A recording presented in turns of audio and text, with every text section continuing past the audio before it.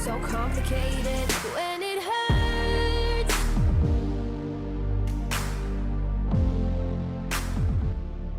Oke, halo semua, dan tinggal 2 race lagi. MotoGP 24 karir di musim ini akan segera selesai, dan inilah musim terakhir kita bersama Ducati Grace ini. Oke, di klasemen saat ini kita masih di posisi pertama dengan unggul 38 poin. Nah, syaratnya supaya kita bisa mengunci titel juara di balapan kali ini, yakni dengan nanti setelah finish balapan di kedua balapan MotoGP Sepang, itu jarak poin kita sama Vinales minimal harus 38 poin. Karena andai pun besok kita jatuh atau mungkin gak ikut balapan di seri Valencia dan Vinales meraih kemenangan di kedua balapan di Valencia, kita masih unggul 1 poin dari Maverick Vinales. Sementara itu di klasemen tim udah dikunci ya untuk titelnya sama Ducati Pramac Racing. Sementara itu Grace ini masih ada peluang buat merebut tempat ketiga dari Aprilia, meskipun bakal susah soalnya Marc Marquez sudah nggak pernah lagi berada di barisan depan. Jadi istilahnya kayak kita berjalan seorang diri untuk merebutin klasemen tim di paruh musim kedua ini. Kalau klasemen berikan udah jelas ini Ducati paling unggul ya, karena emang gak ada lagi tandingan Ducati Senna Aprilia yang ya dimana Ducati masih menjadi yang paling sering menang nih di balapan MotoGP musim ini. Kalau gitu langsung aja kita menuju ke sirkuit Sepang untuk 2 race terakhir di musim ini. Let's go. Akhirnya sesi kualifikasi telah selesai dan Asep akan start dari grid keempat, sementara Vinales start dari posisi 2, dan kali ini di balapan sprint itu bakal berlangsung dengan cuaca basah cuy. Gak ada persiapan khusus untuk balapan di sprint kali ini kecuali ya paling-paling cuman soft intermediate, jadi depan belakang semua ban basah, dan jangan lupa bensinnya kita kurangin setengah lagi supaya bobot motor lebih ringan dan supaya bisa lebih enak untuk kita kendaliin cuy. Dan langsung aja kita mulai. Oke semua, dan inilah dia untuk sesi race kelas MotoGP Sprint Race Event 2 race terakhir di MotoGP Sepang. It's on the way, Malaysian Grand Prix. Oke, menuju first corner nampak jelas Pecco Bagnaia melaju di sebelah kiri, kemudian kita overtaking dan kini di first corner Jorge Martin take the lead, entry corner, hati-hati, kini giliran Surasep menyadari inside line di turn kedua. Apakah Martin bakal melawan? Sepertinya tidak sama sekali, dan justru malah ada sebuah peningkatan di mana Europe berkibar di lap pertama ini. Darin Binder out of the race, dan kini exit corner. Surasep langsung menjadi pimpinan race di lap pertama di sektor kedua. Luar biasa, sebuah aksi start yang sangat ciamik dari Surasep yang kini membawa dia semakin jauh meninggalkan Maverick di puncak klasemen dengan unggul 43 poin. Jorge Martin kedua, Vinales ketiga. Oke, LCR Honda Castrol dengan wakilnya yakni Darin Binder di paruh musim pertama cukup tangguh. Satu kali mereka menang di MotoGP Assen. Kemudian paruh musim kedua masuki, dia kurang bagus. Hingga sekarang di seri Sepang dia mengalami sebuah insiden dan terpaksa terjatuh. Bahkan bisa dibilang di beberapa balapan terakhir Darin Binder sering banget mengalami sebuah insiden. Ya kayak nggak nyangka aja di paruh musim pertama Honda kayak lagi ngancem-ngancemnya, kayak lagi berpeluang banget untuk ikut andil dalam perebutan gelar juara dunia musim ini. Tahu-taunya di paruh musim kedua mereka udah mulai turun, perlahan turun ya, di balapan mereka sering crash, dan akhirnya hingga sekarang puncaknya dari Binder tidak bisa ngapa-ngapain lagi. Dia sering banget jatuh di paruh musim kedua ini, sangat disayangkan. Apakah hari ini Asep Surasep akan mengunci titel juara dunia di seri Sepang Malaysia? Sementara itu di last corner atau tikungan terakhir, Jorge Martin masih di belakang. Dia berusaha keras menempel terus demi mengganggu Surasep untuk perebutan titel juara dunia musim ini. Andai pun kita sekarang nanti di finish line meraih posisi pertama dan Vinales ketiga atau kedua, kita akan tetap mengunci titel juara dunia musim ini. Semoga saja. Let's go guys, come on. Exit corner. Tikungan ketiga, high speed corner, hati-hati. Masih dengan gear 3. Jorge Martin, Vinales tidak ada perubahan di posisi 3 besar. Peko masih keempat, Binder kelima. Sementara itu Luca Marini di posisi ke-8 menjadi satu-satunya wakil dari pabrikan Jepang di 8 besar. Oke, Jorge Martin mencoba datang dari sebelah kanan kita untuk mengovertaking, namun dia masih belum bisa beraksi karena pertahanan Surasep masih cukup tangguh, cukup sulit untuk dijebol oleh Red Bull KTM atau RC16. Apakah di sini di tikungan ke-9 di depan, apakah Jorge Martin akan datang menyerang? Let's see. Dan sepertinya tidak ada sama sekali. Jadi bisa dibilang cukup clear untuk Asep bertahan di posisi pertama ini.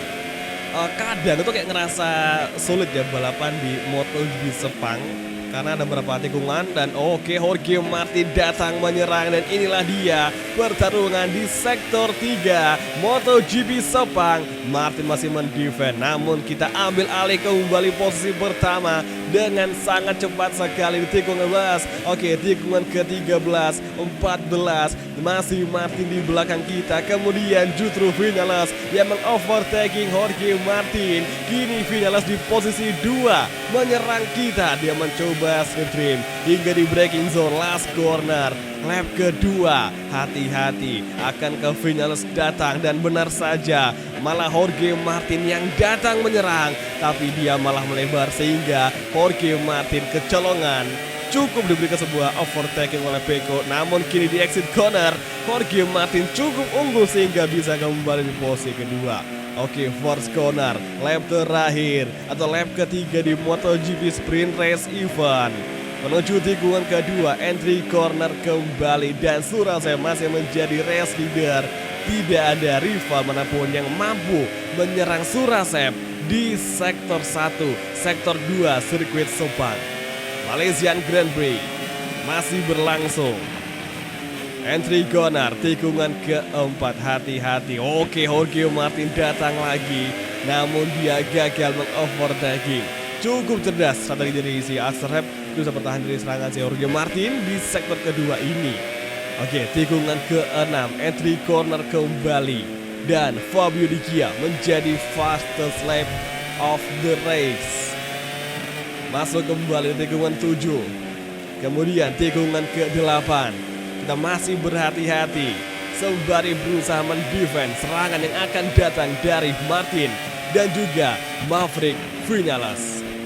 Entry corner kembali. Oke, Jorge Martin datang menyerang, mengakibatkan Surasep melebar. Bahkan sekarang Vinales mengovertaking Asep Surasep. Gara-gara Jorge Martin, Peko pun juga datang untuk posisi ketiga. Surasep sangat-sangat kacau sekali di sektor 3 ini akibat kontak dengan Jorge Martin. Lebih tepatnya akibat karena ada overtaking block pas dari Jorge Martin yang cukup agresif, seperti Marquez mengovertaking Martin di tikungan 4 GP Phillip Island kemarin. Sangat agresif, dan sekarang akhirnya Jorge Martin Vinales menjauh dari Asep Surasep, dan siapa sangka Asep Surasep terpaksa finish di posisi 3 saja di sprint kali ini, dan kita gagal meraih kemenangan dan nyaris saja kita kepleset gara-gara menginjak rem, sorry sekali. Dan kini finish line Surasep finish di posisi ketiga, dan Jorge Martin meraih kemenangan. Aduh, overtaking block pass agresif dari Jorge Martin membuat kita terpaksa menghindar. Yang secara nggak langsung, Maverick yang ada di belakangnya si Martin itu ngambil kesempatan.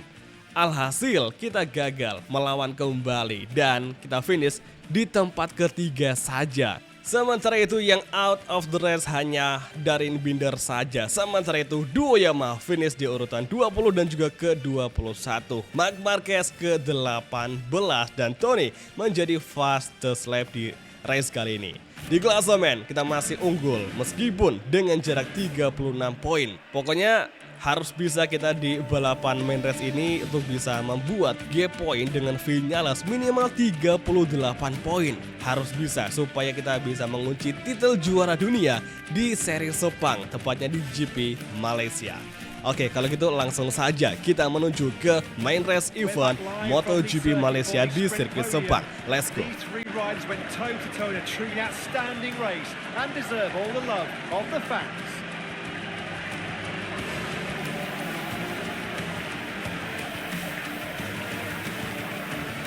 Good morning to all MotoGP fans from the Sepang circuit. We're live to bring you all the excitement of the Malaysian Grand Prix.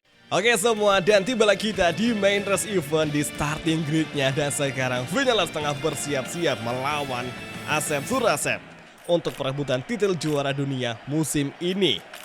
Masih ada satu balapan lagi, tapi kalau bisa kita bakal mengunci gelar juara di balapan kali ini. Minimal kita harus memiliki jarak 38 poin setelah balapan main race ini dengan Maverick Vinales. Langsung saja kita mulai, let's go. Oke semua, dan inilah dia sesi race kelas MotoGP untuk Sepang Sirkuit Malaysian Grand Prix. Dua race terakhir, it's on the way. Full gas from Surasep menuju Force Corner, kita overtaking Pecco, Brad Binder, kemudian di Force Corner Maverick Vinales menempati posisi kedua. Oke, masuk perlahan, hati-hati, saatnya kita menyerang Maverick di tikungan 2 bisakah, dan masih belum bisa. Dan sepertinya seseorang terjatuh di lap pertama ini. Gearbox berkibar, kemudian tikungan 3 menuju tikungan keempat, tikungan ke arah kanan yang membutuhkan sebuah presisi tingkat tinggi. Ini ya crash di Gia crash di lap pertama tadi, kemudian exit corner masih Martin menjadi race leader, kemudian Luca Marini wakil dari Repsol Honda diganjar long lap penalti. Dan guys, ini baru pertama kalinya dua Honda bisa ada masuk di 6 besar. Tony Arbolino, Luca Marini di posisi 5 dan juga posisi ke-6. Ini luar biasa banget, gila gokil, gak nyangka. Tapi sayangnya Luca Marini diganjar hukuman long lap penalti. Oke, kita overtaking Vinales di tikungan 9, kita block pass dan masih kembali beradu battle. Side by side terjadi dan Vinales kembali melawan. Bahkan Surasep terpaksa mengalah untuk sementara waktu. Masih panjang race di main race event kali ini. Oke, Sepang Sirkuit akan menjadi saksi kita merebut titel juara dunia musim ini bersama Ducati Satelit. Let's go, entry corner, perlahan masuk dan keluar tikungan 14 backstride. Disinilah kita kelihatan jelas bahwa Maverick sangat unggul di kecepatan di exit tikungan ke-14. Bahkan apa, di setiap masuk di backstride kita selalu kehilangan kecepatan dan selalu kalah daripada AI yang ada di race kali ini. Oke, last corner kita masuki dan sekarang menuju lap 2. Here we go. Lap kedua kita masuki menuju Force Corner. Saatnya Surasep mencoba light braking dengan harapan langsung menempel Maverick Vinales di sektor 1. Inilah dia, perlahan, hati-hati, langsung mencoba light braking, kita overtaking Vinales dan masih belum bisa, perlu waktu lagi. Untuk sementara kita masih ketinggalan kita masih kurang 32 poin dari Vinales. Tikungan keempat, oh yes, nice sekali, dan Vinales kembali mendefense sangat-sangat agresif sekali. Mau gak mau kita harus memberikan sebuah ruang kepada Vinales, karena sekarang duel hebat tengah terjadi lagi. Kemudian side by side, apakah Vinales bakal melawan? Dan sepertinya tidak, karena sekarang Surasep nyaris saja kita high side akibat ban depan sedikit mengalami lock up dan terpaksa kita menegakkan motor agar tidak kebablasan. Nyaris saja kita kehilangan kans untuk merebut titel juara dunia musim ini. Oke, Jorge Martin di posisi pertama untuk sementara waktu. Kemudian Vinales masih di posisi ketiga, dia masih melawan kembali. Dan sekarang Vinales, apakah dia akan datang menyerang? Exit corner menuju tikungan ke-12, tikungan 13.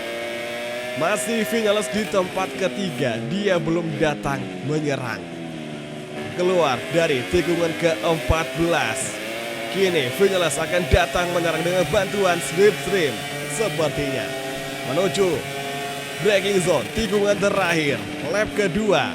Hati-hati, perlahan masuk. Kemudian last corner menuju lap 3. Saatnya kita fokus kepada Jorge Martin. Let's go guys, kita buktikan untuk Ducati Gresini. Pecco Bagnaia masih di posisi 4, Tony Arbolino di posisi kelima. Kemudian di first corner, inilah dia, semakin menempel Ducati Gresini, semakin menempel Red Bull KTM Factory Racing. Tikungan ketiga, high speed long corner. Stay fokus, keep fighting. Dan saat ini menuju tikungan keempat, inilah dia serangan dari Gresini. Oh, Red Bull KTM masih kembali melawan. Oh my goodness mate, Jorge Martin sangat memaksakan diri dengan dia mengambil braking zone terlalu dalam sehingga dia malah melebar ketika melibas tikungan keempat. Ini yang gue suka AI dari MotoGP 24. Kapan kita beri tekanan, mereka bakal maksa banget kayak tadi si Jorge Martin. Alhasil, Jorge Martin maksa banget nge-defense di bagian jalur dalam. Padahal posisinya harusnya nih ya, dia tuh harus ngambil posisi yang sama kayak si Asep Surasep. Namun apa boleh buat, Martin yang terlalu berbisi, akhirnya dia malah melebar. Astaga, kita braking zone aja, gak sengaja nyentuh bagian rumput, langsung dikasih peringatan track limit sama MotoGP Steward. Kejam sekali. Mentang-mentang kita Ducati Gresini, mungkin saja kita nggak dibolehkan juara dunia, makanya kita ada ikut andil nih dari MotoGP Steward. Ngaco banget. Oke, sekarang tikungan ke-14, inilah dia perasaan kita yang sudah menjadi pimpinan race dan masih menjadi race leader di lap ketiga ini di backstride. Sangat senang sekali, sangat-sangat membahagiakan. Kemudian last corner, perlahan masuk. Kita agak melebar, oke, kembali ke racing line, hati-hati. Exit corner, RHD on, here we go guys.